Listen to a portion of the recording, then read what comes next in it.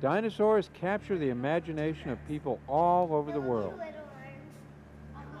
young and old. They wandered the globe before any human being set foot on Earth. These mysterious creatures are the links to a far distant past that may have something to tell us about our future. Join us as we take a trip into deep time on Great Drives, the Dinosaurs.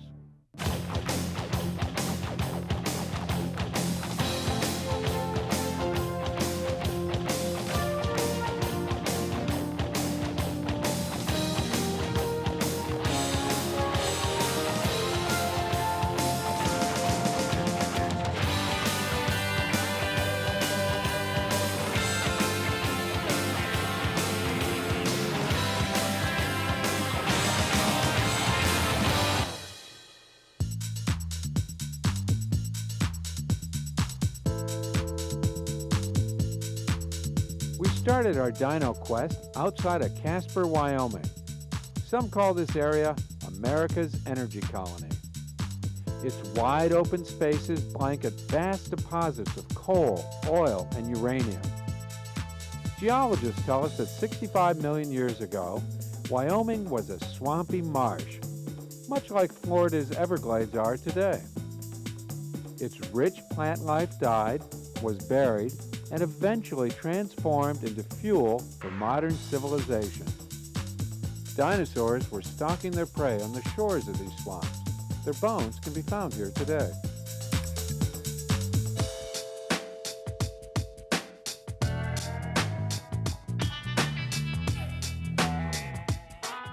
To uncover this rich history, we drove about 25 miles from Casper's airport to the Paleontology Museum in Glenrock, Wyoming.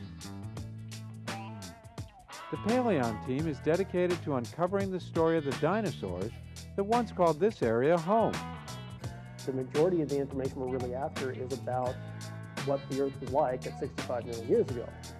Sean Smith, the director of the museum, is hooked on dinosaurs. They're big and neat, and they have sharp teeth and lots of horns, and they're not here anymore. With a lot of help, he's put together an impressive collection. 90% of what we have on display is original material. So all of the bones with the white crack marks in them, such as this allosaur here, is all original material. It's the real fossil. Sean came to his calling by accident while still in high school. He didn't know what he'd discovered after school one day. They're big bones, and I understood that they were bones for a big animal, but you don't find dinosaurs in your backyard. He took his find to a paleontologist at the University of Wyoming who told him it was probably a triceratops bone. Finding what's become known as Stephanie the Triceratops unleashed dino fever in Glenrock. It revved the town up. Then a bunch of people from the community got together and formed the Paleon Foundation because they realized they needed a place to showcase those fossils. It's continued to grow ever since, adding a number of major finds. And this is the Jurassic period with the big guys, all of your Apatosaur, Camarasaur, Brachiosaur. These are guys that are upwards of 70, 80 feet long. They are extremely heavy. We're talking 20 tons or more in the case of this Apatosaur. The museum offers opportunities for volunteers to join them on real digs. It's basically designed to give them field experience. And just interested individuals. You get people like senior citizens, for instance, that have wanted to do something like this for years, and this is their opportunity to come out and try it. We signed on for a week-long paleo discovery day. We hoped we'd find something. We find things every day. We never come back empty-handed.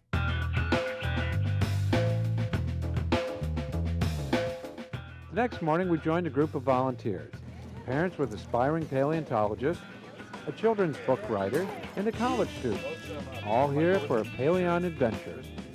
Mom and Dad are going, well, before we go to school and pay X number of thousands of dollars for you to figure out you don't want to do it, here's an easy way to go out and really get experience in what is it like to be a paleontologist.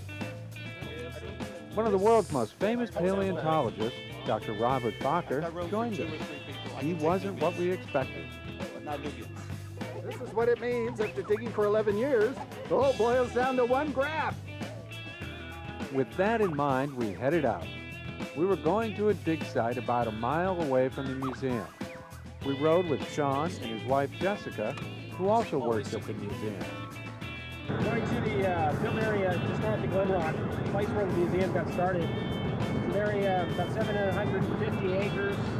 It's all the latest Cretaceous lands formation, so it's a really nice area. It has not been worked before except for the staff of this museum, and it's proving to be a very interesting area for research. This site started it all for Sean. It's where he found his first dinosaur bones. It's a little rough going once you're through the gate. Within half an hour, we were there and ready to take our first journey into deep time. This area here we're dealing with about 2 to 3 million years, so 65 to 68 million years. The fossils tell them what the area looked like 65 million years ago. 65 million years ago, it would be very, very flat. The oceans are estimated at, I think, 300 miles away. You'd see a whole bunch of trees, rivers, and it'd be very swampy. You'd be in here with hip waders, more than likely. There were mammals, but they never got any larger than a large house cat. Not people. This is way before people. The dinosaurs at this point are triceratops, duck-billed dinosaurs, some of them as large as 6 tons. You have hadrosaurs walking by, you have ceratopsians walking by, you have the predators. We have a nice Tyrannosaur trackway across the way. It didn't take long for the team to uncover some bones. What we're trying to do is dig down on either side and in back of this so we can pedestal this bone, and then we'll be able to dig underneath it and flip it over, and then take it back to the lab and clean it and hopefully identify it. The group was lucky to have Dr. Robert Bakker along. Dr. Bob, as he is often called, helped to change the way we think about dinosaurs. Standard kids' books I grew up with had dinosaurs as slow and stupid, stuck in their native swamps, unable to move fast, and totally extinct. And now we know that all those statements are wrong. Bakker believes that dinosaurs weren't slow and stupid, and that in a way, they aren't all extinct, because some were actually birds. If you saw a live T-Rex, if one would squat right next to us, a baby T-Rex would have feathers and would feel warm, very warm. You could feel its heart pumping at a fast rate like a chick. It would have an intelligent look in its eyes. Tyrannosaurus Rex really was just a very big, carnivorous, multi-ton turkey. Even though he's an eminent scientist, he's a firm believer in what he calls the paleontological posse of volunteers, without whom skeletons would be left to rot in the field. All part of the Paleon's educational efforts. Without them, we'd get nothing done. The group here has already found 7 teeth in about an hour. Us stuffy PhDs can't do it all. This is the graph of shed teeth. That's the size of the teeth and the number. This is all from He works hard to weave in science education when he's on a dig. They're not interested in graphs. See, they just want to find stuff. I think that's Is that like a gar scale?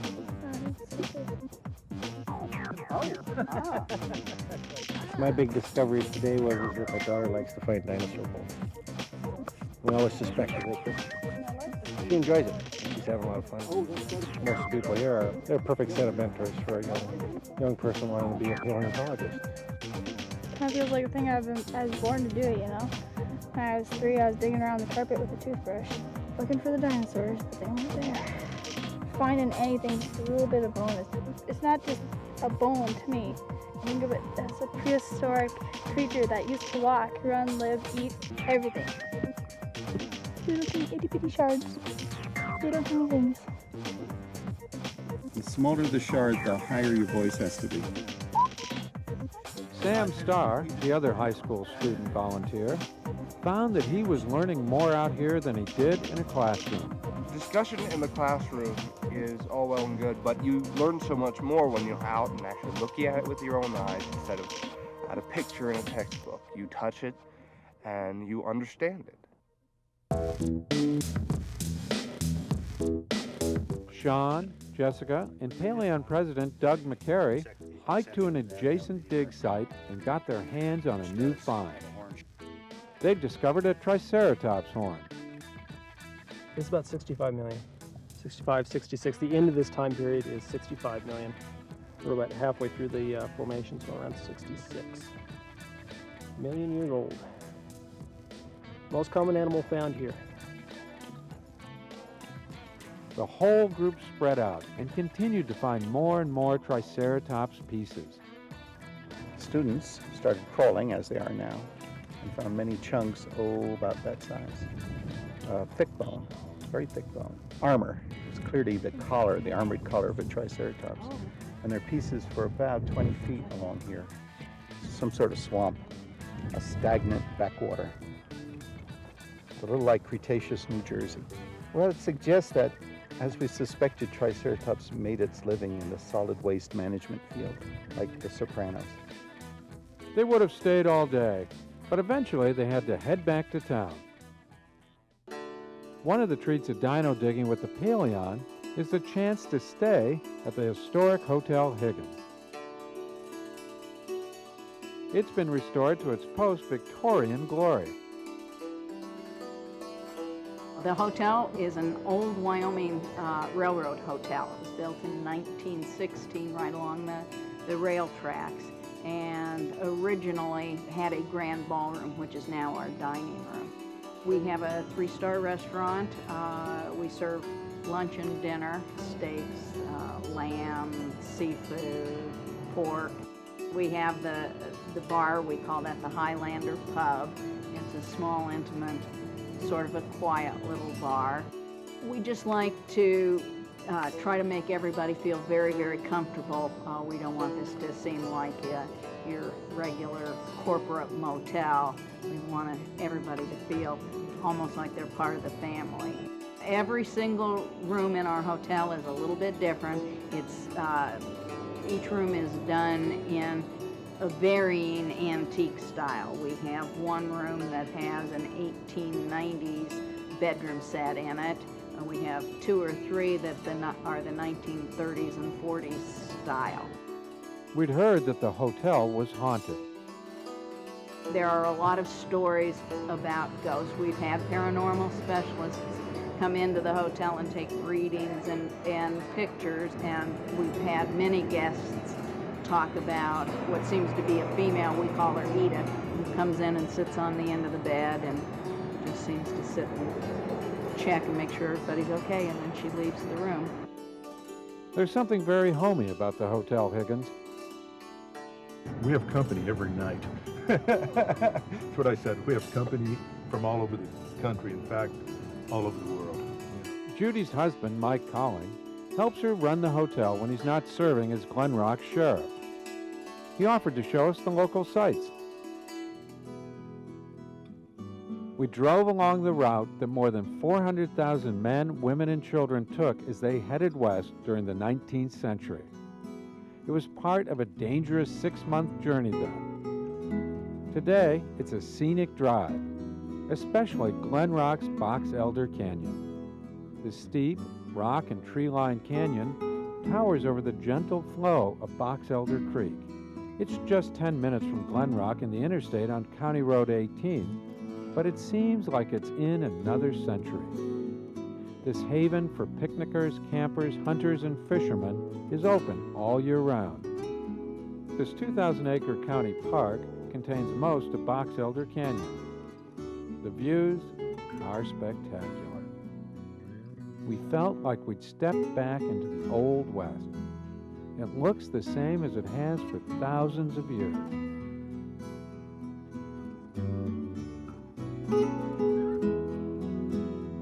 From here, we could see across the valley to the site of the dig. It reminded us that we should get back.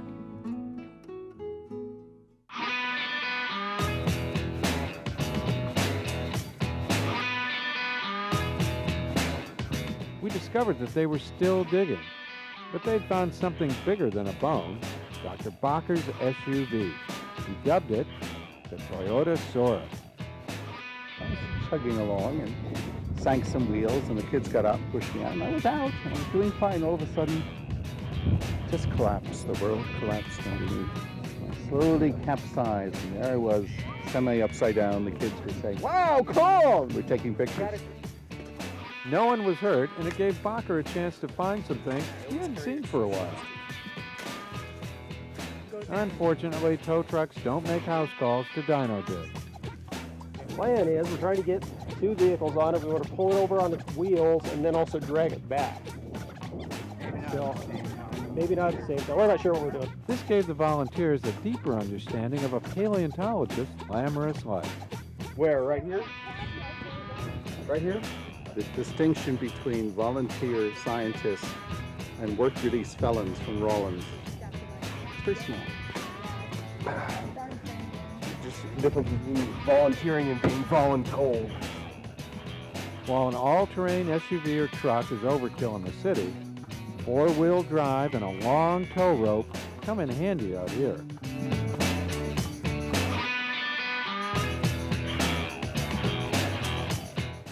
It didn't look too bad, but it did need a new tire. Even the jacks are giant-sized in Wyoming.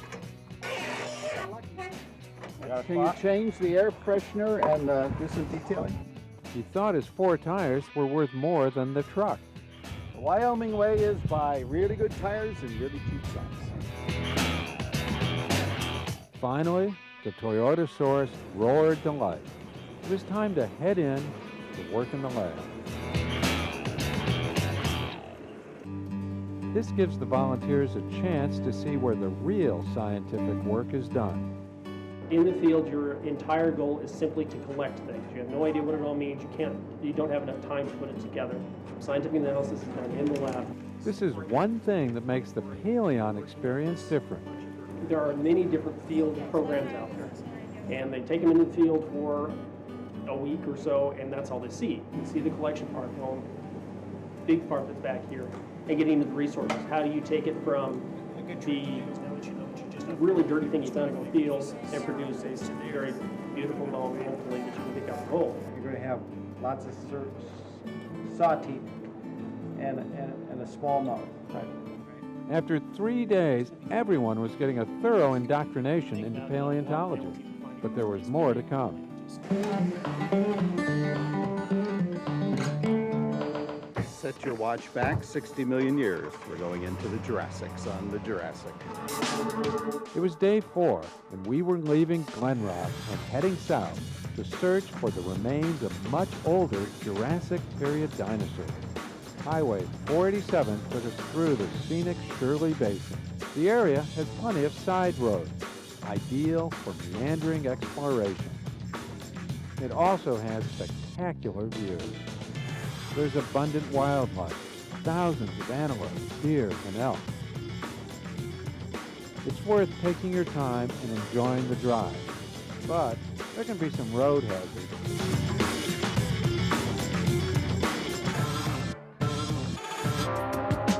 After about 2 hours, we arrived at our destination, Medicine Bow, Wyoming.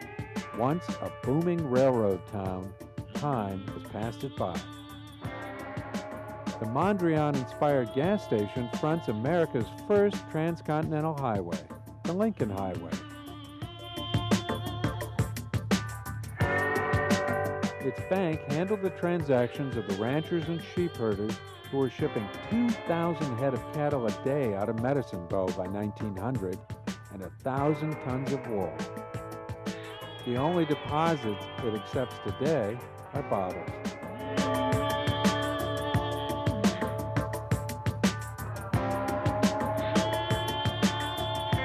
There were still a few signs of business life in downtown Medicine Bow.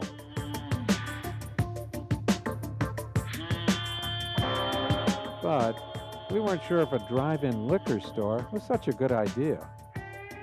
Even the local funeral director appeared to have run out of customers.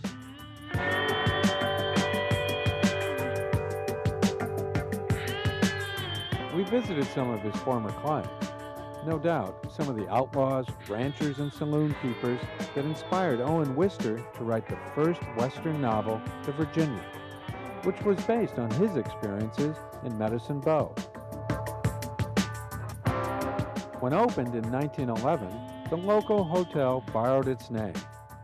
It once was the largest hotel between Denver and Salt Lake City. The novel spawned several films and a TV series. This notoriety hasn't helped. Today, the railroad just passes through. But the Union Pacific indirectly helped spark the interest in dinosaur hunting at nearby Como Bluffs.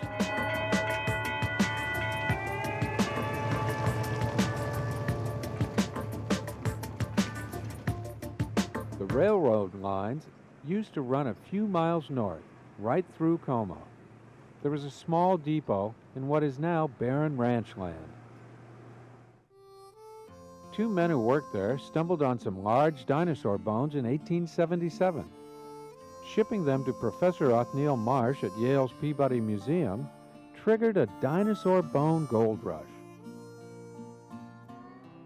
Marsh and his rival, Professor Edward Drinker Cope of Philadelphia, were soon competing to uncover the world's first major dinosaur fossil site.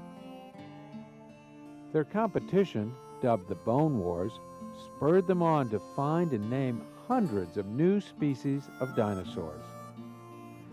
We were going to work at a dig site first excavated by one of Marsh's collectors, Fred Brown. And this is holy ground. Fred Brown found this site in 1879. And he dug it a little bit and got an Apatosaurus, part of a Stegosaur, part of an Allosaur, but then he found a quarry over the hill that had 100 skeletons. So he backfilled this. I'm interested because this is very late in the Jurassic. This is the last river channel sandstone with lots of skeletons. Brown and others helped Marsh create Como Bluff's reputation as the richest fossil site in the world. Museums around the world clamored to display the finds from Como Bluff or launch their own quests at sites like the Dinosaur National Monument near Vernal, Utah. For nearly 70 years, it was believed that there wasn't anything significant left at Como Bluff, but recently, paleontologists like Dr. Bakker have shown that there are plenty of dinosaur bones still hidden here. The bones are so packed in here, you have to go pretty slowly. You will find there's almost too much bone. These would be the largest and were the largest land animals ever in the history of the Earth. They're all the same type deal. Huge, massive, 20-some tons, 70-some feet long. Big guys. It was becoming clear that they'd found a part of an Apatosaurus. Best case, cross our fingers, we've got two vertebrae. And sauropod cervicals are a ball and socket, where the one side is ball, the other is socket, and they articulate like that. So if we're lucky, we're looking at two neck bones actually in articulation or in position as they would be in life. We've got a rib sticking here going off that direction, the hips are going that direction. It's just basically a section of the animal that's broken off. We don't have the whole animal articulated at all. But anytime you can get articulation like this, it just makes our job a lot easier. There was no doubt that this was still a valuable site for science, learning, and adventure. Week's been good. It's awful hard in this kind of environment not to learn something. I'm never going to look at the ground the same way again. Good people and great experience. Nice place. Everybody wants to find something. It's better than Christmas. I've always felt responsible. I mean, not just for the single great-looking skeleton. There's a story here. I want to make all of them speak. It was hard for everyone to leave. But we all felt that we'd be back someday.